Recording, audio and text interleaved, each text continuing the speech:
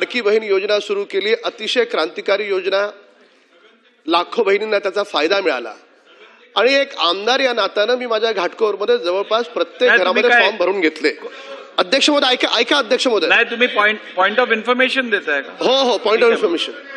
तर माझ्या मतदारसंघात भरून घेतले। आजही काही महिला माझ्या घरी आल्या अध्यक्ष महोदय, आजही महिला काही घरी आल्या आणि त्यांचं म्हणणं एवढं आहे की सुरुवातीला 2 महिन्याचे त्यांना पैसे आले, काही महिलांना एका महिन्याचे पैसे आले आणि नंतर ते पैसे यायचे बंद झाले।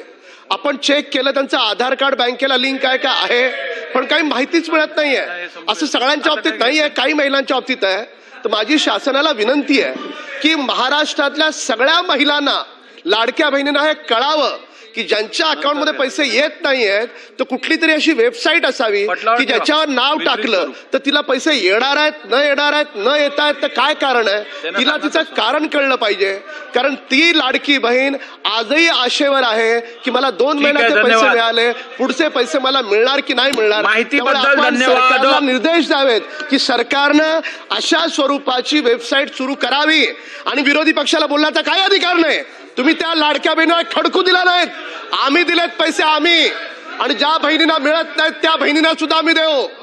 आणि सन्माननीय आदित्य ठाकरे साहेब, तुम्हाला तर जराही नाही, तुम्हाला तर जराही नाही, महापालिका लुटून खाल्लीत तुम्ही।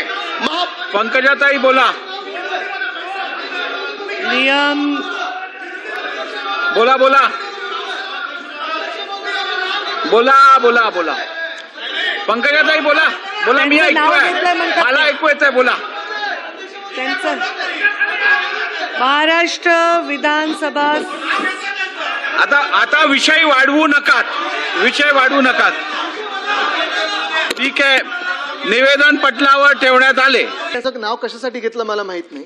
सन्माननीय सदस्य जे बोलत होते ती वस्तुस्थिती आहे। अनेक महिलांना वाटतं की त्यांना फसवलं गेलेलं आहे, कमी पैसे मिळतात बँकेच्या खात्यांमध्ये, त्यांची नावं कापली जातात। मी तर त्यांचं अभिनंदन करत होतो की एक वस्तुस्थिती त्यांनी हाऊस समोर आणलेली आहे, तर एवढं चिडण्याची काय गरज होती? आम्ही सगळे तर त्यांचे अभिनंदन करत होतो की महिलांची फसवणूक ही लाडकी बहीण योजनेत कशी होत आहे, ठीक, हे त्यांनी लोकांसमोर आणलं।